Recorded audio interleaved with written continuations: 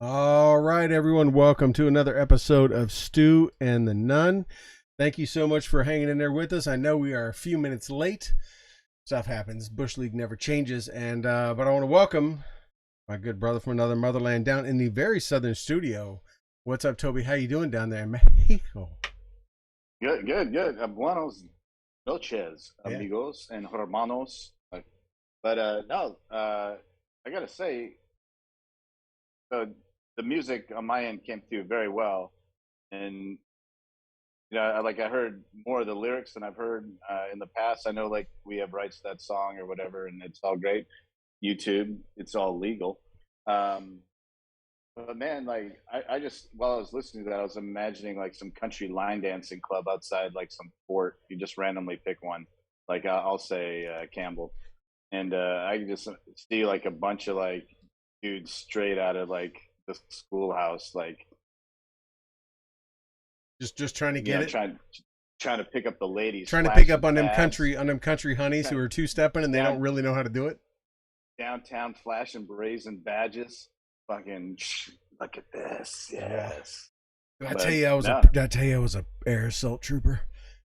Yeah. yeah, air salt, air salt. That's it. But no, like I just was hearing that and I was like, oh, that's definitely been a country line dance at some point in time. But It could hey, be. enough about country line dancing and big tunes and our soundtrack.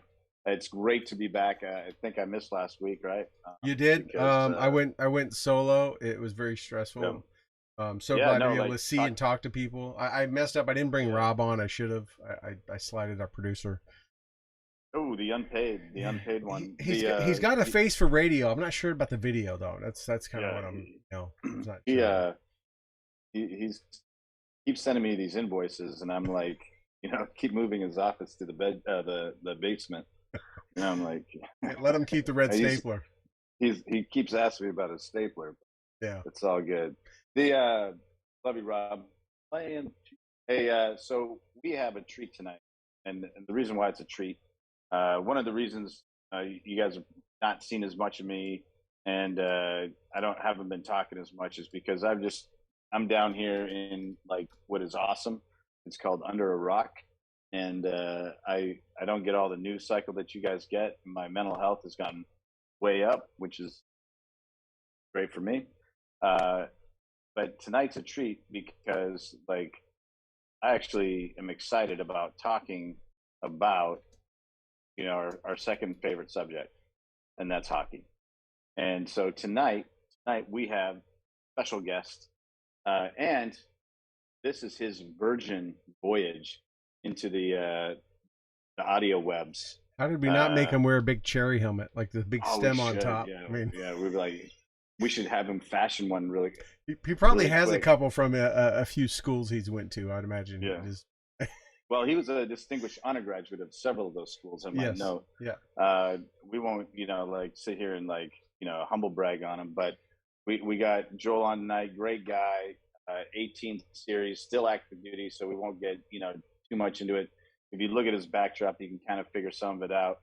Been a long barrel in the conventional sense with the mechanized Deuce 7 out of Fort Stewart, and he found his way from Georgia all the way to Wainwright. Big I don't know if shout you know out to anything about. our good friend Abe Abrams, Rock of the Marn, Dog Face Yeah. Soldier there, third ID Oh, the dog at the at dog Dog Face face Soldier. soldier at the dog face soldier, still holding the Twitter handle. Yep.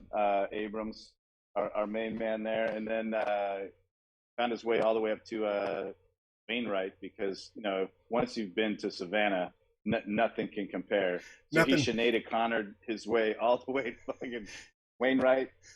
He said What this my people humidity do. sucks. Where can I go where there's not as much humidity? Wainwright. And then he found out, wow, of the one place in Alaska that has humidity and the hottest place in the summertime is actually Fort Wainwright. Right. And humidity takes place with it's carried. The droplets are carried on the wings of mosquitoes. Then he from there, I decided that he wanted to up his game. And when I say up his game, I mean he did the old version to the 18 series, which everyone is always impressed by anyone that makes that step and goes to the schoolhouse. and learns those skills, and then is able and honored and blessed enough to take them on. I'm always in awe of anyone that does that. And then, just because he's a bit of a Hollywood showboat guy, spent some time on the daggers, the black daggers. And after he got done falling from, is that the army? Is that the army cooking team? Oh, we'll find out. I guess we'll find out. Yeah, we'll find out. Like Gordon Ramsay's like, the culinary. He's the assistant coach. He's the one at the door. He's the assistant jump master. Gordon Ramsay sees everyone out, and then from there, he's back in SOCOM doing great things. But we won't talk about that too much, because what we really want to talk about his pastime. Welcome, Joel. And, good to have you on the show. Hey, thanks for having me, guys. That was quite the introduction. Very good. I'm a part-time hype guy. He is. If you're looking for a fanboy hype guy, Toby's for hire. Really cheap and free. I don't know if he can fit you in, because he does it to a lot of people. Price. Yeah. Normally we have our guests give their background, but Toby got you covered. We just knocked that right out. I appreciate it. Yeah. Yeah, but I like you sound much cooler than I really am. The Savannah to Wainwright. So that was that was a good one. I want to talk a little bit about your career, because our paths have followed a lot of similar things, especially with Toby and I both being infantry guys in some of the same places. I was stationed in Alaska for a while. Toby lived there as a little snot-nosed high schooler kid himself. So Anchorage, AJ Diamond High School. Yeah, I was down there in the as Wainwright used to call us, the banana belt there from there. But how was that? Was that one you just just got the orders and said, "Oh, here's a funny joke. They're sending me from Savannah to Wainwright"? Well, so how it worked was, I served my first 4 years from 2002 to 2006. I was down at 3rd ID, Fort Stewart that whole time. And I got out of the Army. I ETS'd 2006. I had enough at the time, a couple of rough deployments. And, at the time when I was getting out, I had always, thought about trying to go to Special Forces, trying to go to selection. So, I got out of the Army, moved to Florida, where it was even warmer than Fort Stewart. And, I had the itch. I was just wondering, what if I would have gone to selection? What would have changed? How would my life have been different? I didn't want to grow up to be, old retired guy one day and kind of wondered what if. So I went to the recruiter's office, and, this was in 2007 during the surge, and they needed some 11 Bravos who had combat experience, because a lot of guys were getting out of the Army, and I got out as an E5. So, I was an NCO, and I could have came in and gone anywhere I wanted, basically. And the recruiter tells me, he says, "Well, if you go to an assignment the Army needs you to go to fill positions, we'll give you an extra $20,000 signing bonus." And I was like, "Well, that's usually does it right there." Sounds pretty good. Check, please. Yeah, it's pretty enticing. So I said, "Let's do it." I said, they told me where it was, and that was Fort Wainwright, Alaska. And you're like, that's why they're giving me so much. And my plan was, to get up there and go to selection as fast as I could. So I really didn't have a plan to be staying there for very long.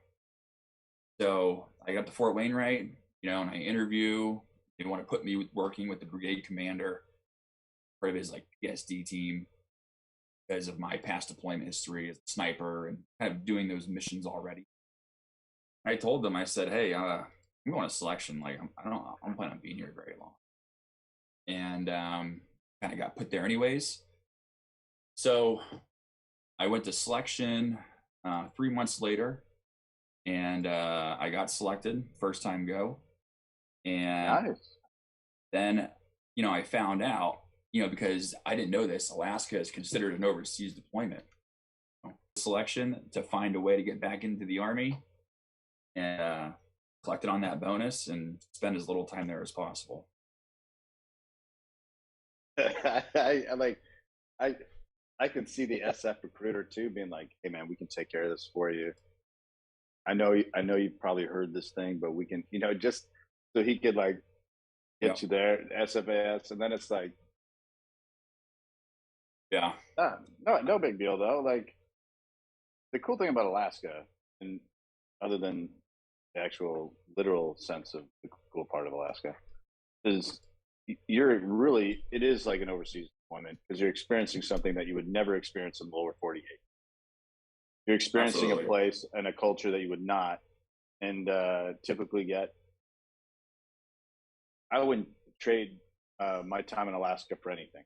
You know, like it definitely. People in Alaska are harder. People in Alaska understand necessity is the mother of invention a lot better than a lot of other places. And I absolutely, wish that I was stationed there. Even though I just lived there, I actually, everyone I talked to, other than Troy, of course, but everyone I talked to that was stationed there, like they have to go back. Like they have to go back. What do you mean? What do you mean other than me? I mean, like you always say it too, but I'm just saying, like I extended and ended my career active duty because I was like, leave me in Alaska, I'll stay in 30 years. They said, no, you're going to the lower 40. I'm like, I'm out. Like I'm staying right here. Yeah. Like most people that are stationed there, like it becomes a big part, and they do everything in their power to get back, and it's weird because, like, for me, I spent some time in Korea, and Korea was such an interesting experience. I would love to go back and visit, but living in Korea, never once crossed my mind. Right. But same with Hawaii. People, go and spend time in Hawaii. I've been to Hawaii. I got shout out to Brad Kelly, one of my main men, like living there right now. I don't think I could do it. I think I could survive it, but I don't think it has the pull that Alaska has. And the pull of Alaska is so interesting, unique, because it's a harsh, unforgiving, brutal spot. Boy, for sure. But yet, infantry guys are like, cool, man. I like to hunt. I like to fish. Like, I like to ride, snowcats. I'll take the Polaris out there and like. See, the difference is Hawaii, all them damn tourists, everyone's compressed in there together. Alaska, you ain't got to go far, and you don't see it. You don't care how many tourists are in there. And one, they don't come up in the wintertime. So if you're cool with being out in the cold and learning and doing things like ice climbing and ice fishing and playing hockey and broom ball and doing all that kind of stuff, there ain't no tourists around. And at the same time, in the summertime, you can go places where no one else is and fish some of the best stuff ever if you just willing to make the effort. That's for sure. There's especially not too many tourists in Fairbanks in the wintertime. Fairbanks people just weird. I don't care, man. Fairbanks people just are cut. Don't even get me started on Delta Junction. But Fairbanks people are they're just a cut different. I mean, the winters are brutal. And I mean, if you've been to Fairbanks, the coldest it got when I was there was negative 57 degrees Fahrenheit. Yep. And then I tell people, it's the largest range in temperature from winter to summer. Yeah. Throughout, I think in the entire world, because in the summer it'll get 95 degrees. Yep. Then in the winter it gets down to negative, 50, negative 60. Plugging that car in and square tires for the first mile. Yeah. It definitely teaches you how to prepare. If you're going to drive 30 minutes outside the city, you better be ready in case your vehicle breaks down. Yeah. So how long were you up there? How long were you up there total? It didn't sound like you were up there a long time. What was it? It was only 15 months. Did you get a chance to enjoy it at all? Like go out and do some of the outdoor stuff, hunting, fishing, and doing that kind of stuff? Did. I spent a lot of time when I was there alone, and I was waiting for my orders to go to Fort Bragg. They have the Birch Hill on Fort Wainwright where you can ski and snowboard. I had to pass, I could go there as much as I wanted. They were open. So when I wasn't working, I was there, and I had a few friends who I would go backcountry snowboarding with. They had snow machines. And we would go around and just kind of go on small adventures, not too far outside, because winters are so brutal. Negative 30, negative 20 degrees snowboarding. Can't do that for very long. So, right. Snowboarding. I really wish I would have been able to hunt. But I was a young E5 and poor, and hunting big game in Alaska costs a little bit of a cash flow. I didn't have that at the time. Yeah, that's what I mean. 15 months, it takes a little bit more definitely to kind of get used to it and what to do and who to hook up with and get all the right equipment. Yeah, I mean, but awesome. Well, that definitely was an experience. I know, like many in your career, probably, but that's one you'll never forget. Did you play hockey up there? So I played hockey growing up and through high school, and I graduated high school in 2002, and I volunteered to go to Georgia, Fort Stewart, and when I got there, there was really no hockey, and I needed the money as an 18-year-old kid, fresh out of basic training. I sold all my goalie gear, and I didn't step on the ice. I didn't put skates on for 13 years. Oh, snap. Yeah, I took a long break from hockey, and I didn't start playing hockey again until I was here at Fort Bragg.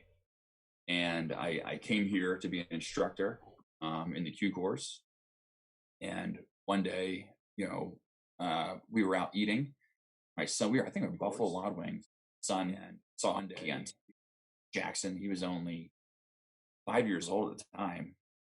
And I'd never really pushed hockey into him, because I was like out of my life at this point. And he says, I want to do that. And it was on TV. So you want to play hockey? Yeah. So I told my wife at the time that, maybe I should, get back and, buy some pads. And from then on, I just been balls to the wall. Haven't really looked back, and I really regret taking time off that I did. And at this point, I couldn't even imagine not playing for a year, let alone 13 years. It's really like who I define myself as, more of a hockey player than anything else. And you're always a goalie, pretty much. Yeah, well, I started out being a player. I kind of started late in hockey. I started playing around 10 or 11, and it's an expensive sport. And I begged my father for years to play hockey. I played baseball and I played football, and adding another sport was going to be, strenuous on time, and definitely financially for my parents. A long sport that happens when the rest aren't happening. They just fill the year. And, when you're not playing in school, it's expensive because the schools pay for it. Right. But when you're playing hockey, it's very expensive for the ice time, the gear. And I begged my dad to play hockey for quite a while. And eventually he broke down and was like, all right, if you really want to do this, let's do it. We went out and bought all this brand new player gear. And he signed me up for this hockey camp in the summertime. It was actually in Warwick, Rhode Island, where I grew up. I grew up in West Warwick and Coventry. I went to this hockey camp with other kids my age, and they were light years ahead of me. It's not uncommon for kids up there to start playing when they're 4 or 5 years old. Yeah, 4 or 5 is usually when they start. Yeah, be walking in skates. So they were light years ahead of me, and I had a guy who was kind of like a mentor for me, Dennis Damasio, and he was a goalie, and he would work on me with doing certain kind of drills like off the ice for goalies. Because I was a catcher in baseball too. Up down, up down, up down. Yeah, so he was really starting to work with me on doing a lot of goalie drills, and I did that one hockey camp, and I told my dad, I was like, goalie. And he wanted to kill me, because goalie gear is even more expensive. But a lot of times goalies get free gear. Yeah, or if you buy the gear, or they get to play for free.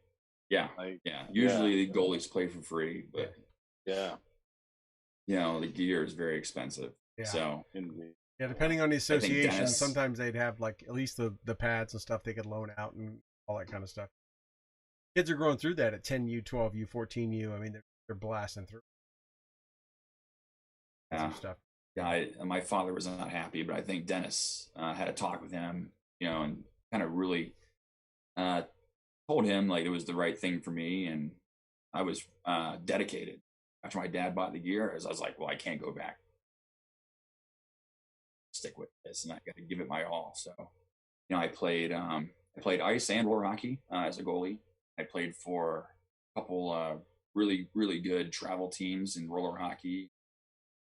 Played high school hockey, and then I was not academically a good student in school, and I had no interest in going to college. And so the Army was the next best thing for me. And so after high school, I didn't play hockey anymore, and it was the career at that point. Army. Right. Yeah, like you say, Fort Stewart doesn't have a doesn't have a rink and all that kind of good stuff, and other places. Fort Benning definitely doesn't have one. But no, it's interesting. I mean, it's so we're gonna get into kind of what led up to this last New Year's, but I mean, you took this big long break. Were you just so I mean, Toby actually grew up in Canada, played hockey. I mean, I've coached youth hockey for 20 years, but a couple years ago. So all my boys played almost the same kind of thing. The oldest said he wanted to play hockey. I said, well, your brothers who aren't even born yet are going to be playing because that gear is expensive. They just don't know it yet. Everyone's going to play hockey, and it got passed down. Three boys in a 18-year age gap, and the youngest was wearing the oldest's helmet. But it's one. So I know the peer pressure. My oldest started around the same thing, 10, 12 years old for the first time ever. A lot of peer pressure, a lot of all that. I also know the pressure of being a goalie dad, which is insane, and I hated every time my kids wanted to get in net. I would just. So I feel for your dad too, but when to do that, did you have a natural knack? I mean, a lot of kids at that age, right? They don't like the bending over. It takes forever for the puck to come back down. They're bored. They're sticking their stick through the net. I mean, did you just seem to have a knack for it? Did you have a knack for the movement and that kind of stuff that it just hung with you, or was it just like you were a bad skater, so you didn't have to skate much? Well, initially, I think that was why I wanted to become a goalie, because I wasn't the best skater. Like I could skate well, but as far as the other kids who have been skating their entire life, I wasn't at their caliber. Right. And then after playing goalie, I figured out like, wow, you actually have to be a really good skater to be a goalie. Like a lot of people don't understand how good of a skater you have to be. So yeah, when I first played, it took a little bit getting used to, for sure. But the pressure, I liked the pressure because I caught in baseball, and I was also I pitched in baseball too. So the pressure wasn't a thing for me. And I liked the attention. I was about to say, you like being the center. They like the and I liked quarterback in football. I liked being on the ice, being on the rink the entire game. I'd have to take shifts. Yeah, you were changing shifts. That's right. Yeah. I got to be out there all the time, and I thought the gear was cool. I think a lot of goalies start playing hockey because the gear is cool, and like just like catchers in baseball, like you want to put the gear on, and you want to play that position. After I started playing, I was just hooked, and I did have a bit of a natural knack for it. I did well. I wasn't the best, but I grasped the concept well, and I was a big kid for my size. I'm 6'4" now. And when I was young, I was the biggest kid around. So I was always a big goalie. That pays off in youth because you can fill that net a little bit better. So, yeah. And I was lanky and agile. So it was a good combination of things that really set me up to do well in the position and enjoy it. So like I played a little bit of, I tended a little bit of goal. One of the things that I found that instinctively it forced me to face things. Like, and I would like just chest up and, I'm a little dude. You can't tell on screen because I look so huge. It's the zoom effect, but I'm actually like a tiny little dude. Yeah, and really tiny. so I would like, I'd have to blow into my jersey to make it bigger, and I'd get the biggest chest protector I could, to try and make myself bigger. So I would chest up, and like the thing about being a tender, be it any sport, hockey, lacrosse, soccer, football, you square, you make yourself as big, you work the angles, you cut yourself down, you cut the angles down to make yourself bigger. You try to use geometry to your favor and stuff. Like that is the absolute opposite of what you want to be in combat. Yeah,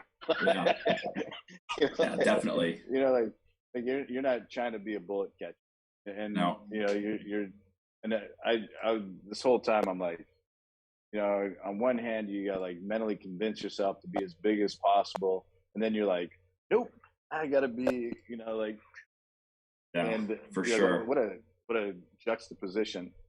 But one of the things about goalies is there's this really neat thing that exists in the hockey world that is unique to goaltenders, because they're few and far between, because teams can't travel with an unlimited roster. You get one in a backup. Hockey rinks professional hockey rinks around the world have this one little thing, this really unique little thing in the sports called the e-bug. And the e-bug, not many people know about it. Every now and then, a really cool story about e-bugs come out. I think it was 2 years ago. It was right before COVID, maybe. The last e-bug, also in the Carolinas.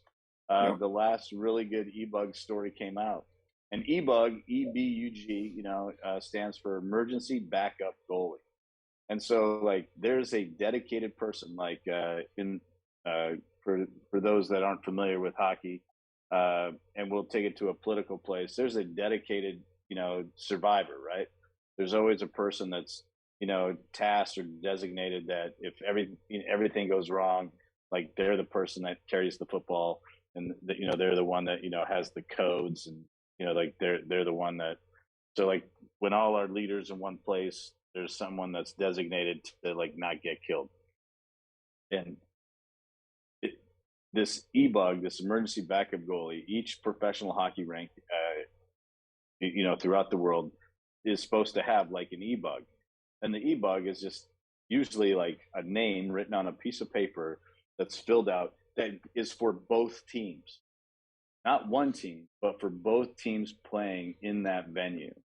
And if something goes wrong, the primary goalie and the backup goalie get injured or hurt, you gotta suit up this e-bug and put them in. A couple of years ago, a guy at the Zamboni driver. This is one of my favorite stories. The Zamboni guy. I don't think he ever even played juniors, right? Yeah. That dude was just straight beer league, right? Yeah. And he'd taken a couple of shots, maybe in a practice one time. They needed a little extra guy in camp or something. I don't know, but he got the call, and he went from probably trying to sneak a few beers in between periods, while driving the Zamboni, to getting the call up to the NHL. Sabres. And then facing there's a big difference between junior beer league, shots, and professional men, and I'm talking ECHL, AHL, even the NAHL. Man, you're taking some shots. They got velocity, they have ill intent. Everyone's, they're legit trying to score. Yeah. And so this happened to you. You were the e-bug.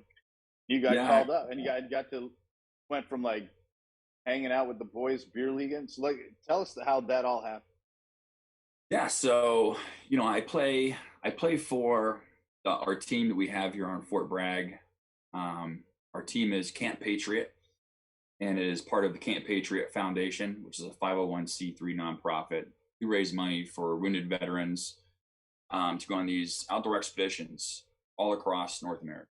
And it's a really great thing. We help Camp Patriot Foundation with awareness and raising money at times when we can.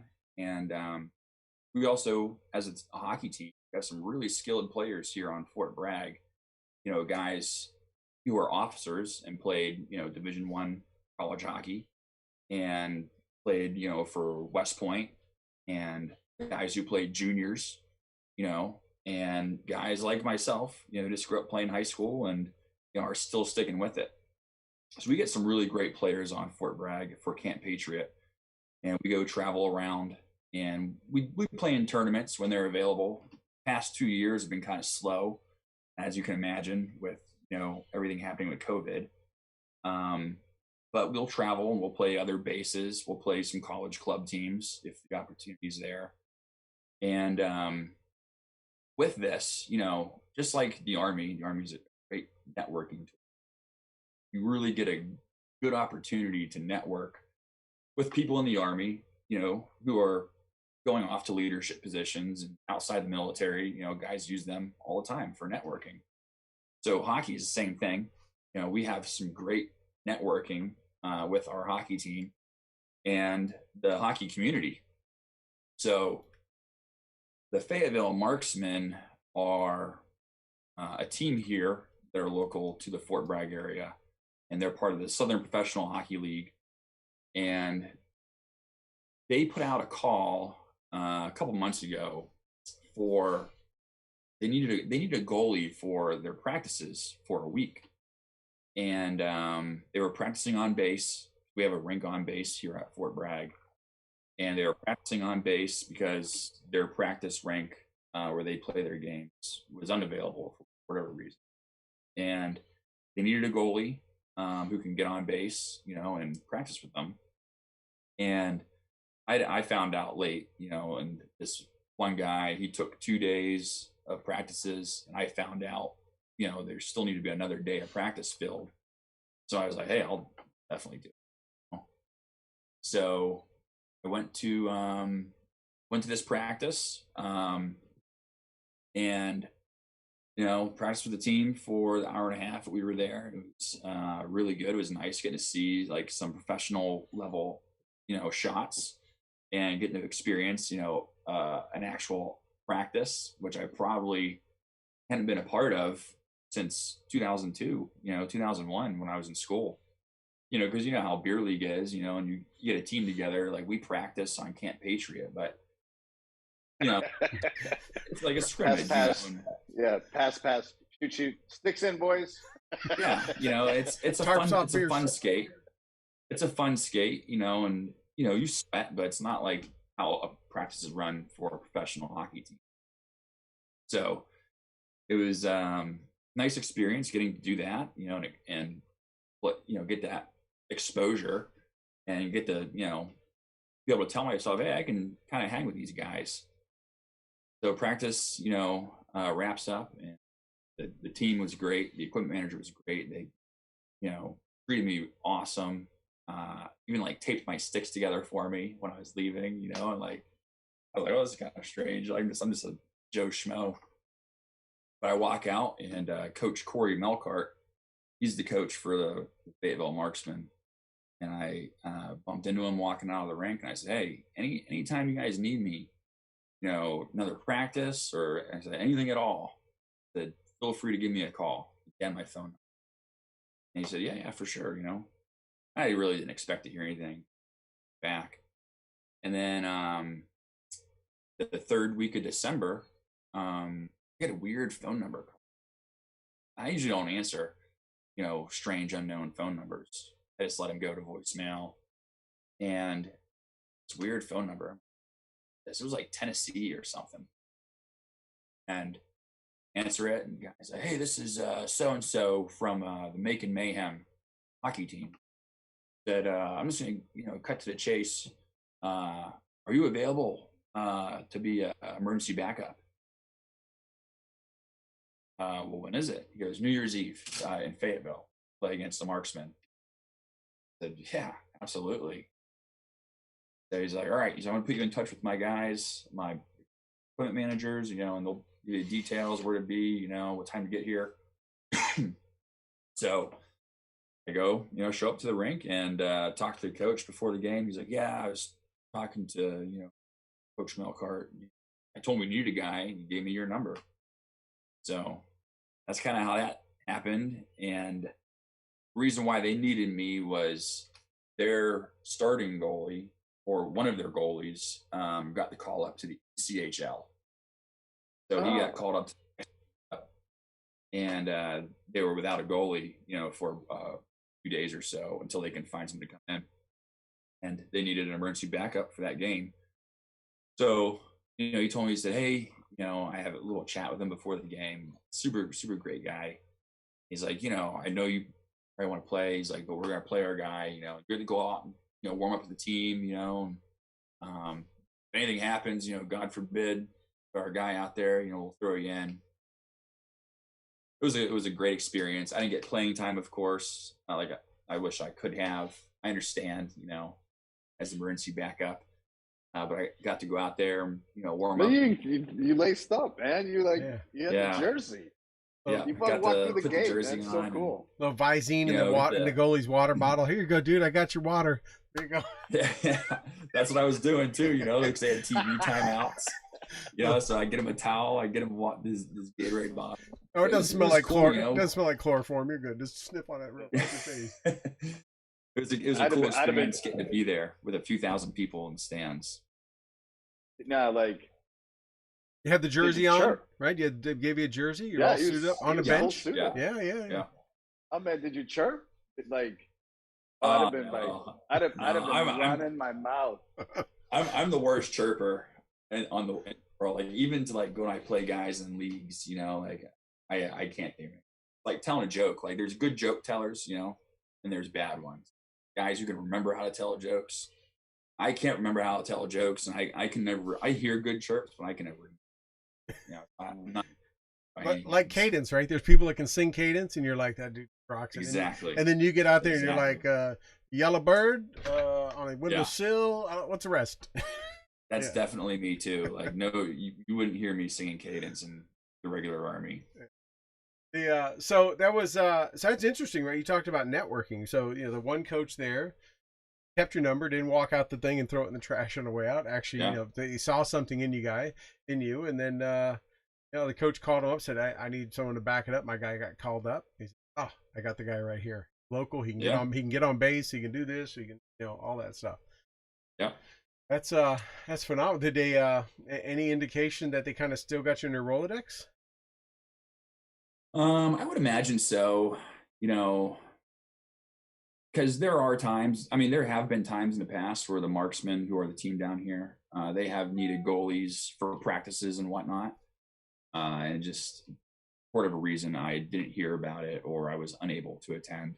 Right. So it just finally happened this time that I was able to attend their practice, and hopefully I made enough of an impression. Now guys get called up, right? Be in the practice squad and work your way up. And for sure. Like, I just like getting on the ice as much as possible, honestly. Right. If I can fit it into my schedule, especially working with a higher caliber of player, I'll definitely take that opportunity. So when you went back, I got to ask, it's because Joe's right. We all talk smack. And when you went back and got back on the ice with the Patriots, you strut a little bit when you walk out. You're like, yeah, all right. You got a professional level player here. Like, did you talk any smack at all to any of them? Like, oh, you played at West Point? Yeah, I played in Southern Professional Hockey. Yeah. So no, there was really the guys in the team. They give me a hard time sometimes. Then I got a few buddies who chirp me quite a bit, and talk about how huge my 5-hole is because I'm 6'4", and you got a big old 5-hole. Yeah, but I got a few chirps for sure from the players. Like, I was Mr. Big Shot, but nothing all in good fun. Have you ever at 6'4", have you ever gotten pushed back in the net? I imagine it would just clip you right. Like, you probably can't even get down to get it below that bar, can you? Like, yeah. So even when I'm in my butterfly, the crossbar is right above my shoulders. I would imagine so. Yeah. I'm down. I can still take up most of the net. Yeah. So who's your favorite goalie? Who's the one you look at and say, when you're in net and go, like, if I could play like that dude, if I would do with that person? When I was growing up, it was always Martin Brodeur. Oh, I was a big Brodeur guy, and I had all of his gear. When I was playing hockey in high school, I had his heating pads, and I really liked his style of play. And but there were so many other good goalies at that. Oshik, Dominator, man, you can't go wrong with the Dominator. Belfour. There's so many guys. Yeah, Patrick you had Potvin back then too. Yeah. Well, Hextall was kind of on the way out, right? But yep. I mean, Grant Fuhrer, Grant Fuhrer, Kirk McLean. Well, Andy Moog was already on the way out too. But man, there was some really good tenders. Like I was thinking about this the other day. We don't have the level of goaltending in the league today that we did then, or maybe you got Fleury, right? I mean, there's a guy that doesn't matter where he plays is exceptional.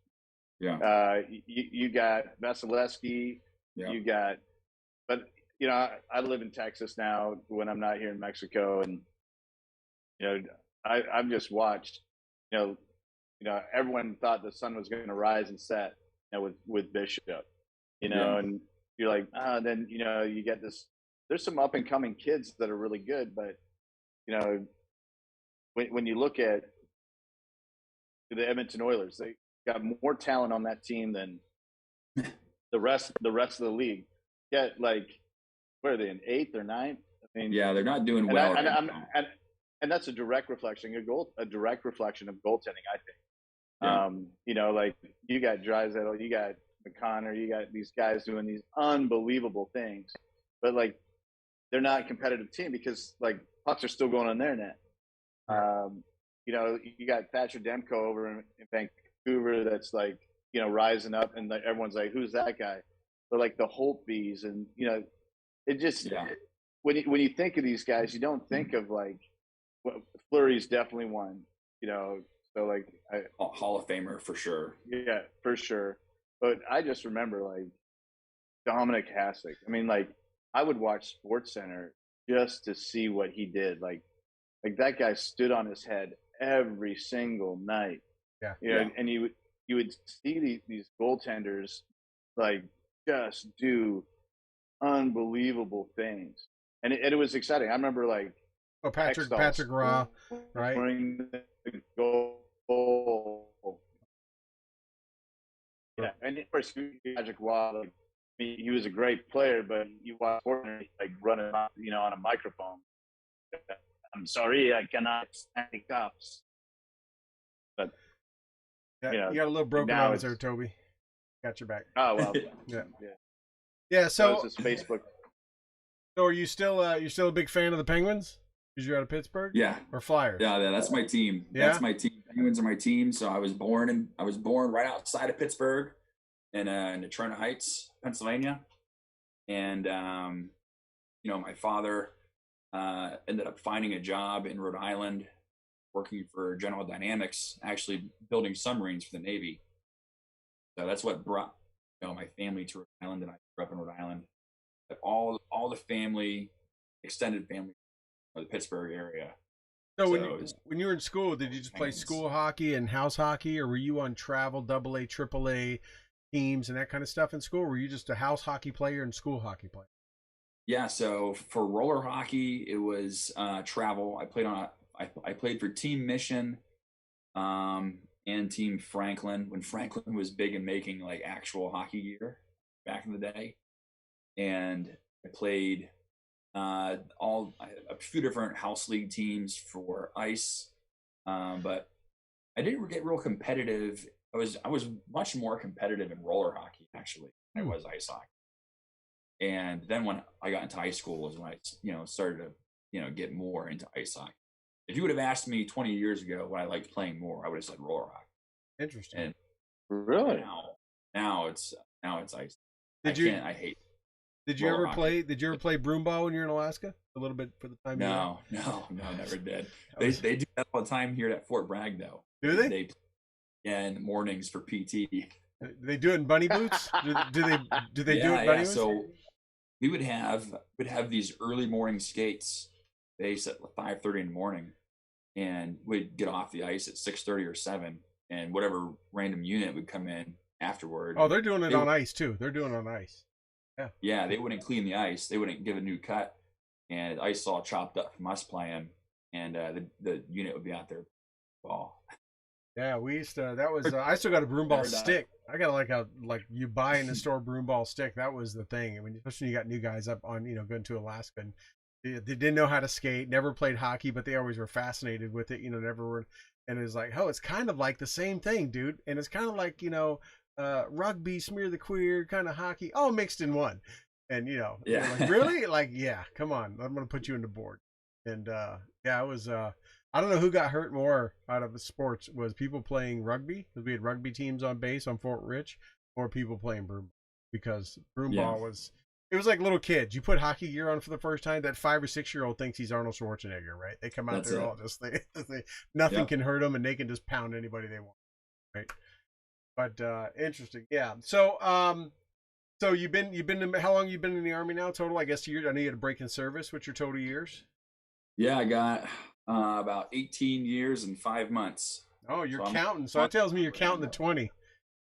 Yeah. I'm when a year hits, I'll be counting the days, but I'm not there yet. You're gonna have the short time calendar up there, marking them off one at a time, like a double-digit midget, for sure, single digits, for sure. I can't wait. I've loved my career. I've loved the opportunities that the Army provided me, and the people I've met, experiences I've had. But I'm ready for that next part of my next. I joined the Army not wanting to go to school. I joined the Army not knowing what I wanted to do. And luckily, I've been successful enough in the Army where I make a decent living. I've had a lot of fun. Had some great experiences. I grew up a lot. But, a couple of years ago, I figured out what it is I want to do. And, now I'm in school. I'm hitting it hard. Trying to play catch up so that by, this time next year, I can be in a university, and be going to, school full time. So you're taking classes now while you're starting to get knocked out and stuff? So I've started taking classes last spring, and taking too many probably, but I'm doing well, and I'm going to have my associates knocked out by summertime. So in a little over a year, I'll have my associates, and then be ready to transfer to a full-time, university, actual, and then grad school after that. So what are you looking at studying? What are you planning to? What did you realize a little while back that what you wanted to be? Well, in Special Forces, we have these strength trainers that they're part of this Thor 3 conditioning. And it's an acronym, tactical human optimization, rehabilitation, a few other things. I couldn't tell you what they all stand for. Thor 3 trainers are trainers that we have who work for our groups. Every group has their own Thor facility. And these trainers all come from either big, NCAA athletic programs or some kind of professional sports team. And getting exposed to them and finding out they came to the Army for stability. And because when they're a trainer and, for a team at a professional level, they do a lot of traveling and stuff like that.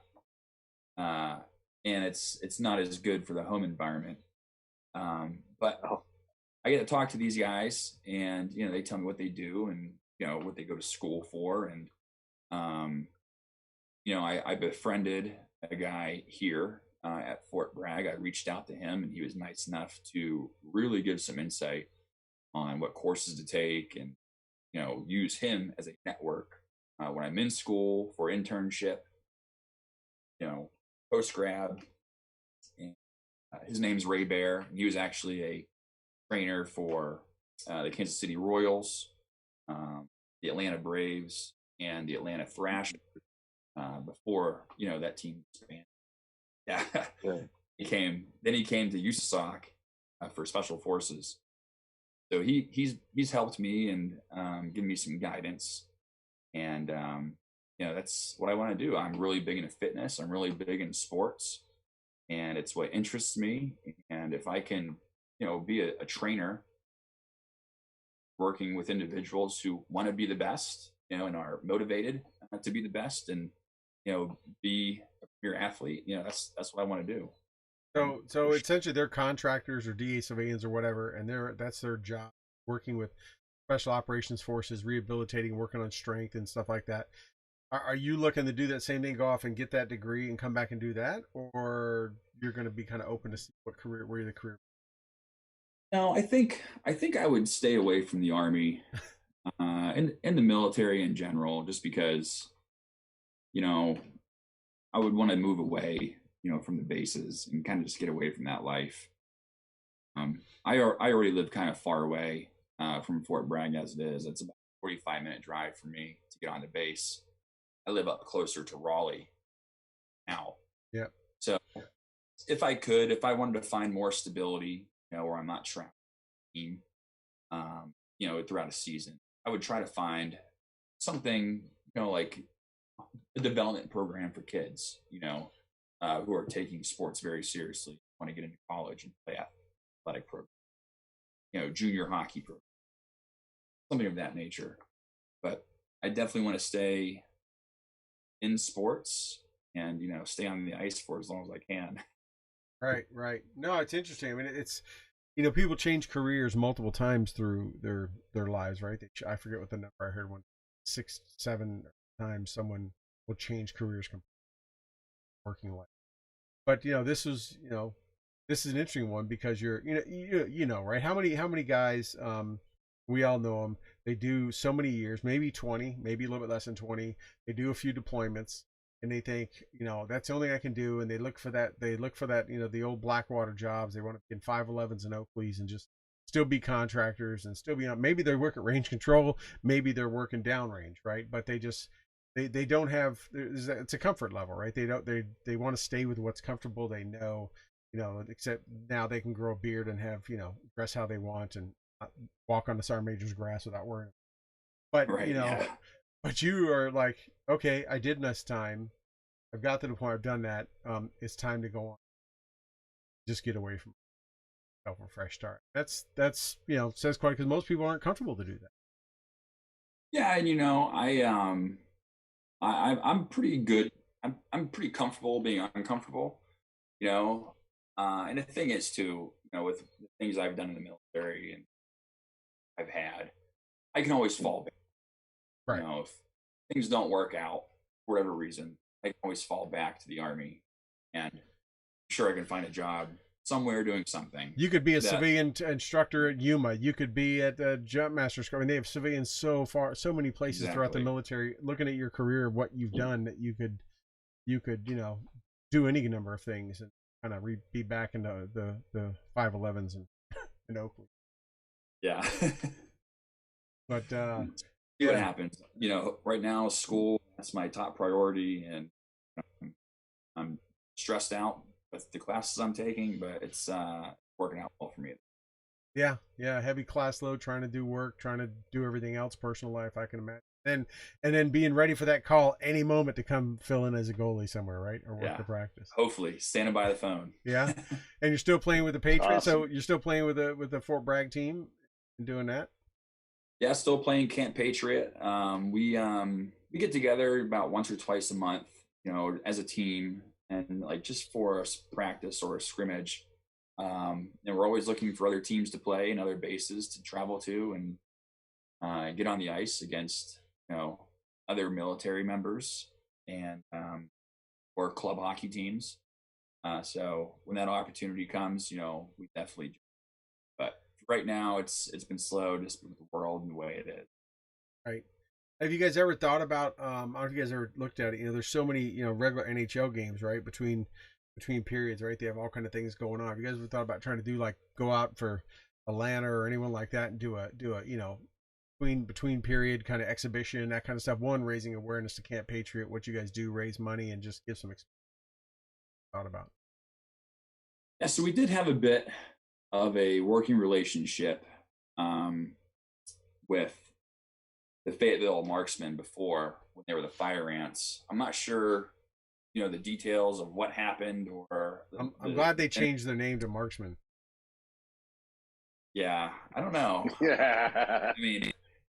I mean, there's plenty of Fire Ants here, but I guess the Marksman military better. But I'm not sure what happened with the negotiations between their team and us and Camp Patriot. We've looked into some things, and it's so hard to get your score with the AH or the NHL, the ECHL. Very hard, because it's risk mitigation for them. If somebody gets hurt, or who knows. You think they'd probably be more open to it if it's a whole bunch of guys that are the military, even if you come in and just do a 7 to 10 minute scrimmage, once the ZAM, right before the ZAM cuts the ice. And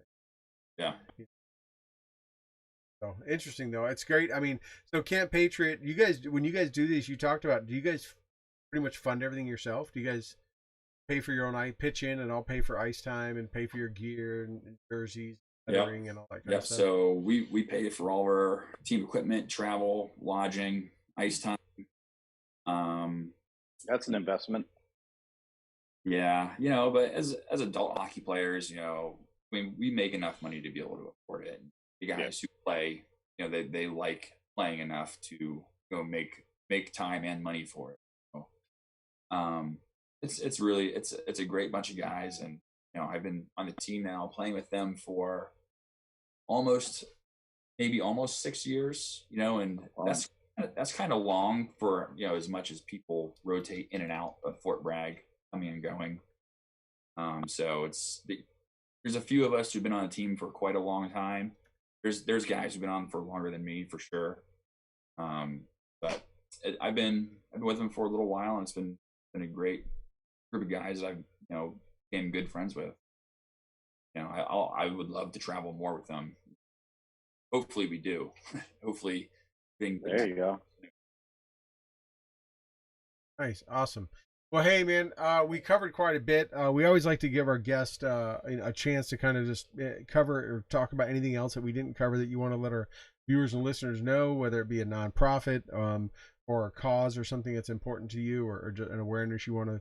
Is there anything like that you'd have that any topics we didn't cover that you'd like to just make sure you go over with everybody? Yeah, well, definitely. I play for Camp Patriot, so I would be kind of wrong not to mention them. If you're interested in what Camp Patriot does for the veteran community, definitely look up the website, Google Camp Patriot Foundation, and I would, definitely like to bring the Green Beret Foundation too. The Green Beret Foundation does so much for the Green Beret veteran community and Gold Star families, and the money that they use, it goes so far, helping pay for a lot of things that aren't covered in some of the hardest times for families. So definitely like to bring awareness about those two nonprofits, and I would say to anyone else who's listening, who may be active duty, or maybe like I was out of the Army at one point and thinking about going back in to join Special Forces, to give it a shot.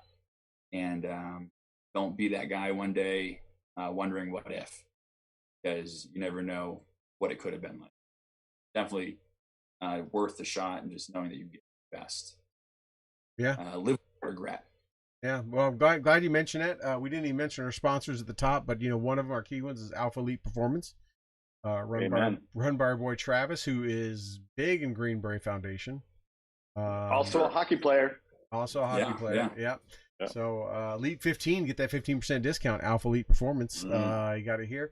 And again, we're going to hit on Red Rum Fishing, BooHammer.com, Kermode Outdoor Development Group, and Listen 9 Fight Company, and Gear for Grunts. We're supporting the hat tonight. But when you mentioned that, like we did, that's when I went. We didn't even mention sponsors, and how can we leave Travis out in Alpha Elite? But I actually texted Travis today, and I was like, "Hey man, do you know this guy? Travis, and I were in Alaska at the same time. and he was a really good. He was a star hockey player back then in high school. Went on to play junior and played at Boise State. Oh, okay, I didn't know that about him. Played a little collegiate, and then did the Green Beret thing, and got banged up, and now he's like making everyone's bodies better. You guys got a lot in common. You guys should definitely connect. But it was great having you on, man. I love a good e-bug story. When we heard about it, I was like, I was so tired of talking about some other things. I was like, man, let's talk about hockey, and nothing makes me happier than talking. You did say like your favorite brodeur was Martin. I got my brodeurs mixed up. My favorite goalie, Martin Brodeur. My favorite brodeur was from the Vancouver Canucks, King Richard Brodeur. Okay. The old face mask. Took one to the face, lost his ear back in the day. Little ocular socket. Shout out to King Richard. But I digress. It was great having you on, man. Thanks for coming. Hey, thanks for having me, guys. Really appreciate it. It was fun talking to you and getting to, tell my story a little bit. Yeah, it's a great. I mean, it's we love having. We have a lot of veteranpreneurs on here. We have a lot of people that do their time in the military. Most time they're grunts or whatever they were, and some are, of course, SEALs and folks, and when they're not writing books, they go on and start other things. Do like Travis did, right? Start Alpha Elite, that kind of stuff. And it's great to hear these stories.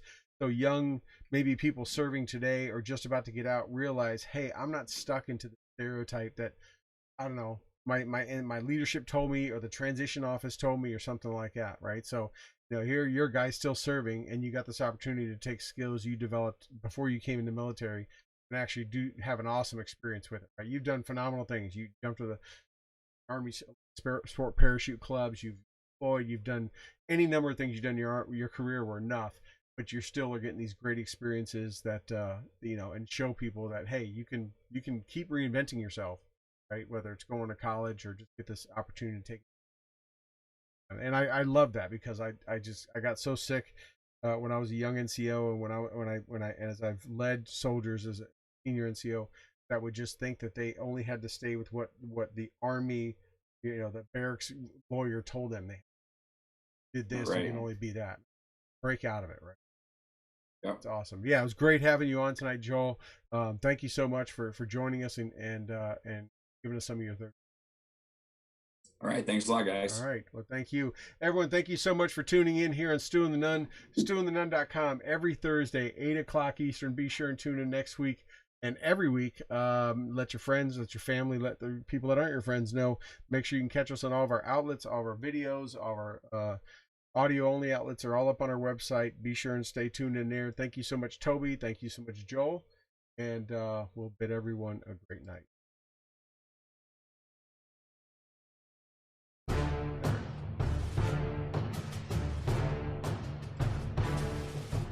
Well, that wraps up another episode of the Stew and the Nunn Show, and we hope you had as much fun listening to it as we did hosting it for you. Don't forget to like our Facebook page and follow us on Twitter. You can find all these links at stewandthenunn.com. We will talk to you again next Thursday at 8 p.m. Eastern, 7 p.m. Central. Also, we'd like to thank our sponsors, Commodity Outdoors, Veteran Outdoors, Enlisted 9 Fight Company, Warrior Media Solutions, and BooHammer.com. Thank you again, and have a good night.